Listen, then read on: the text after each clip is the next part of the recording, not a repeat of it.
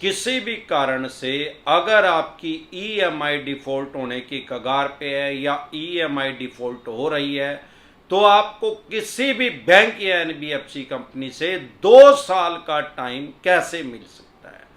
2 साल का टाइम जब भी किसी बैंक एनबीएफसी कंपनी से मिलेगा तो किस सिनेरियो में वो आपको मिलेगा?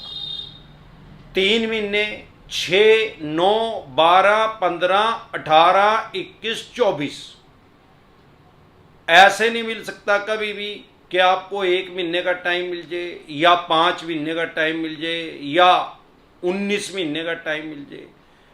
क्या कारण है? क्योंकि हर बैंक और एनबीएफसी कंपनी 3 मंथ में अपना हिसाब किताब लेखा जोखा देखते हैं, यानी इसको बोलते हैं क्वार्टरली क्लोजिंग। हर 3 महीने में हर बैंक एनबीएफसी कंपनी अपना देखते हैं प्रॉफिट हुआ क्या, लॉस हुआ, प्रॉफिट हुआ तो कितना हुआ, लॉस हुआ तो कितना हुआ। यह ब्रिटिश काल से नियम बना हुआ है, आज के नियम नहीं है। आज से कर्जदार को छूट नहीं दी जा रही, कोई ये नया कंसेप्ट नहीं आया है। ब्रिटिश काल में जब सबसे पहले बैंक का जन्म हुआ था, क्योंकि हमारे देश में जो सबसे पहला बैंक आया था 1843 में आया था। ब्रिटिश काल में ईस्ट इंडिया कंपनी ने इसकी स्थापना की थी, जिसका नाम है बैंक ऑफ मद्रास। बाद में इसका नाम बदल के इंपीरियल बैंक ऑफ इंडिया कर दिया गया और आज भी ये बैंक काम कर रहा है नए नाम से।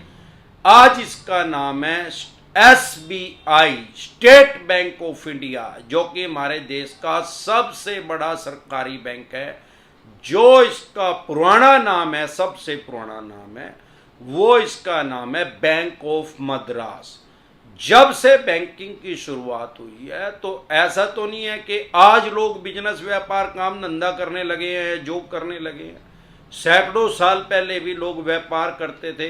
भाई अंग्रेज तो व्यापार करने के लिए तो हमारे देश में आए थे, जिन्होंने बैंक खोला सबसे पहला। वो कोई युद्ध करने के लिए थोड़ी आए थे। बाद में तो आपसी फूट का फायदा उठाकर उन्होंने हमारे देश पे लगभग 200 साल राज किया।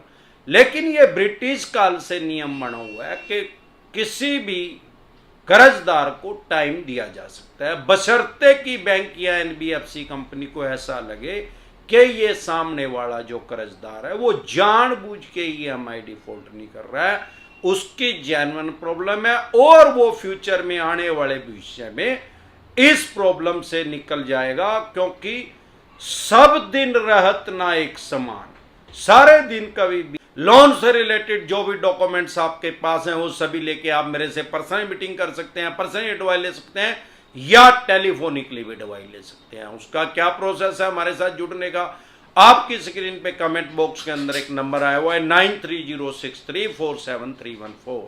इस नंबर को सेव करके व्हाट्सएप मैसेज करें, तुरंत प्रभाव से रिप्लाई आएगा कि कैसे आप हमारे साथ टेलीफोनिकली जुड़ सकते हैं या पर्सनल मीटिंग कर सकते हैं। एक समान नहीं रहते। अगर आज बुरा वक्त है तो अच्छा भी आएगा। वक्त की एक खास आदत है, ये हमेशा बदलता रहता है। जो अच्छा है तो बुरा आएगा, बुरा है तो अच्छा भी जरूर आएगा। अभी बुरा समय है तो अच्छा भी जरूर आएगा, क्योंकि गर्मी के बाद सर्दी, सर्दी के बाद गर्मी, ये तो प्रकृति का नियम है।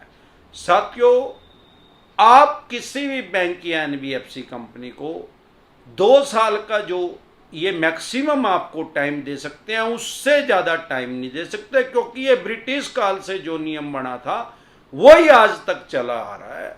इसको लगभग, आज अगर हम बात करें तो लगभग 180 साल हो चुके हैं। इसको बोलते हैं रिस्ट्रक्चर बैंकिंग की भाषा में। अब रिस्ट्रक्चर को अगर सामान्य बोलचाल की भाषा में बताएं और समझाएं तो इस मकान को तोड़ दो, बिल्डिंग को बिल्कुल जड़ भी इसकी खत्म कर दो, फाउंडेशन। उसके बाद इसकी नई नींव रखो और नया मकान, दुकान, फैक्ट्री, कारखाना जो भी है उसको बना दो। ऐसे ही लोन को डिमोलिश कर दो, उसको खत्म कर दो, पिछले लोन को। रिस्ट्रक्चर का तरीका यही है। ऐसा नहीं है कि लोन चलते चलते आपका रिस्ट्रक्चर कर दिया जाए, उस सिनेरियो में नहीं हो सकता। अगर कोई बैंक या एनबीएफसी कंपनी आज आपके लोन को रिस्ट्रक्चर करेगा, आपको 3 महीने का टाइम दे रहा है, 6 का, 9 का, 12 का, 15 का, 18 का, 21 का या 24 महीने का टाइम दे रहा है, तो सबसे पहले आपके लोन को खत्म करेगा। एक नया लोन अकाउंट नंबर आपको देगा, आपसे प्रोसेसिंग फीस लेगा। जैसे नया लोन होता है कोई भी, उसी तरह से उस लोन को बनाया जाएगा। फिर आपकी टर्नओवर को बढ़ाया भी जा सकता है या घटाया भी जा सकता है, क्योंकि वो पिछला लोन तो खत्म ही कर दिया इन्होंने।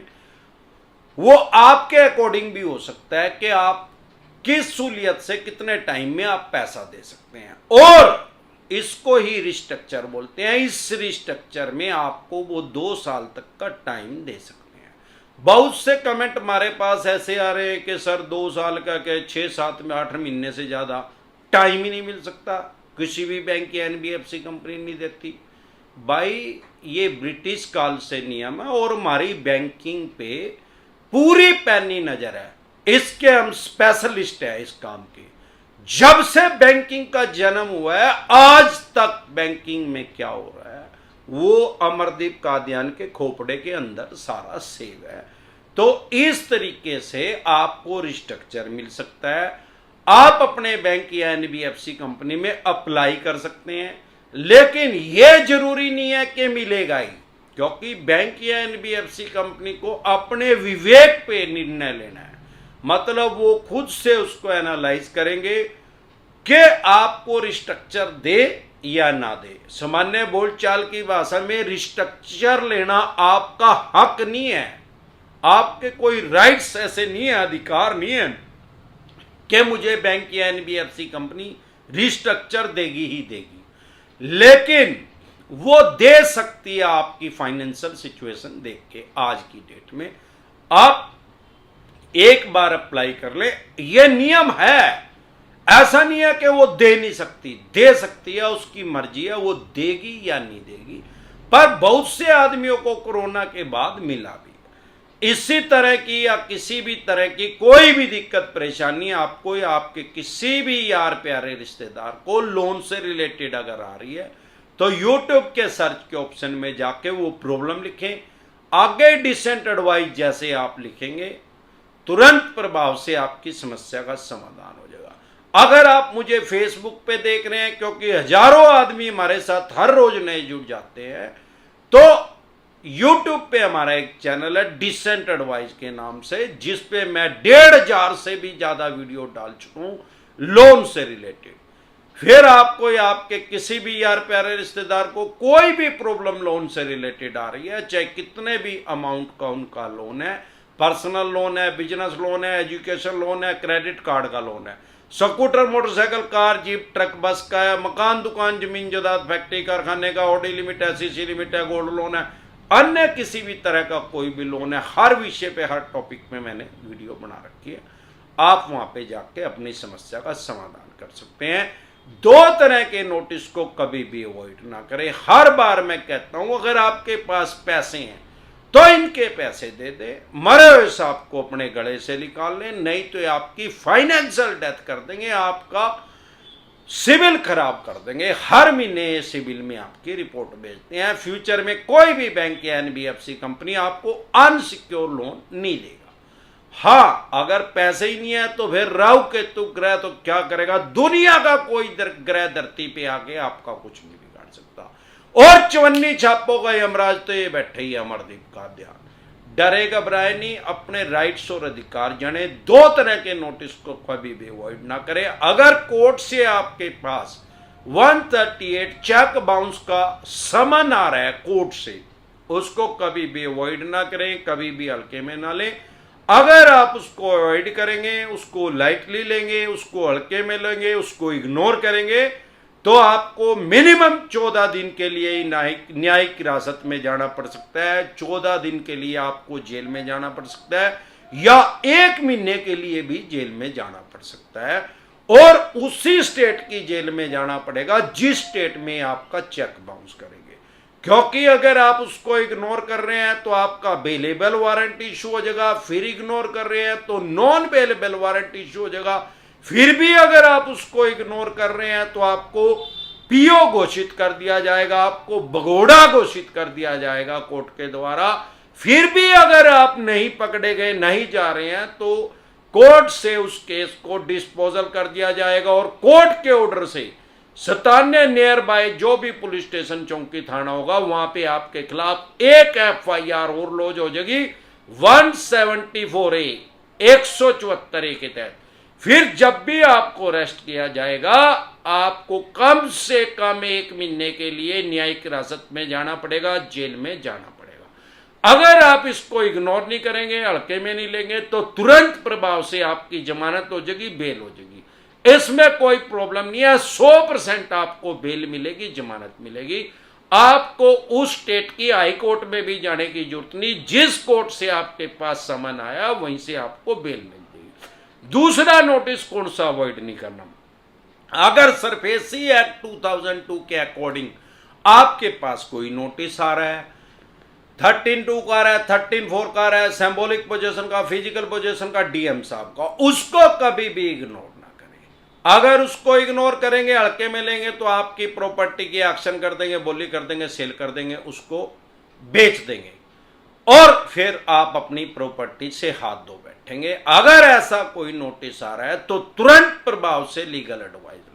अगर आपको ऐसा लग रहा है कि अब तक तो मैंने EMI भर दी है, मेरा सिक्योर लोन है, मकान का, दुकान का, जमीन का, फैक्ट्री का, कारखाने का, स्कूल का, कॉलेज का, बंगले का, कोठी का, शोरूम का, और अब मेरे से आगे नहीं भरी जाएंगी, तो ये 3 महीने के बाद उसको NPA में डालेंगे, नॉन परफॉर्मिंग एसेट, और उसके बाद सरफेसी एक्ट आपके ऊपर इंप्लीमेंट हो जाएगा, आपकी प्रॉपर्टी जा सकती है। ऐसी सिचुएशन आ रही है तो प्रिवेंशन बेटर देन क्योर, इलाज से हमेशा परहेज बेहतर है। तुरंत प्रभाव से सरफेसी एक्ट लागू होने से पहले ही लीगल एडवाइस ले।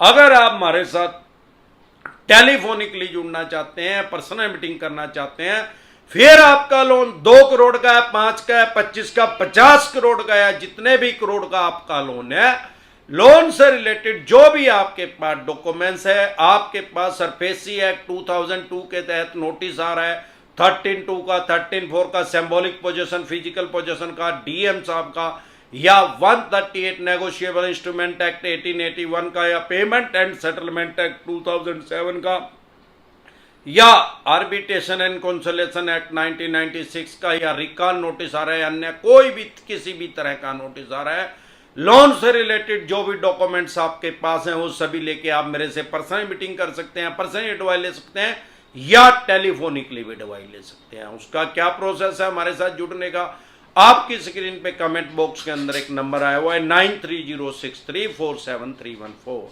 इस नंबर को सेव करके व्हाट्सएप मैसेज करें, तुरंत प्रभाव से रिप्लाई आएगा कि कैसे आप हमारे साथ टेलीफोनिकली जुड़ सकते हैं या पर्सनल मीटिंग कर सकते हैं।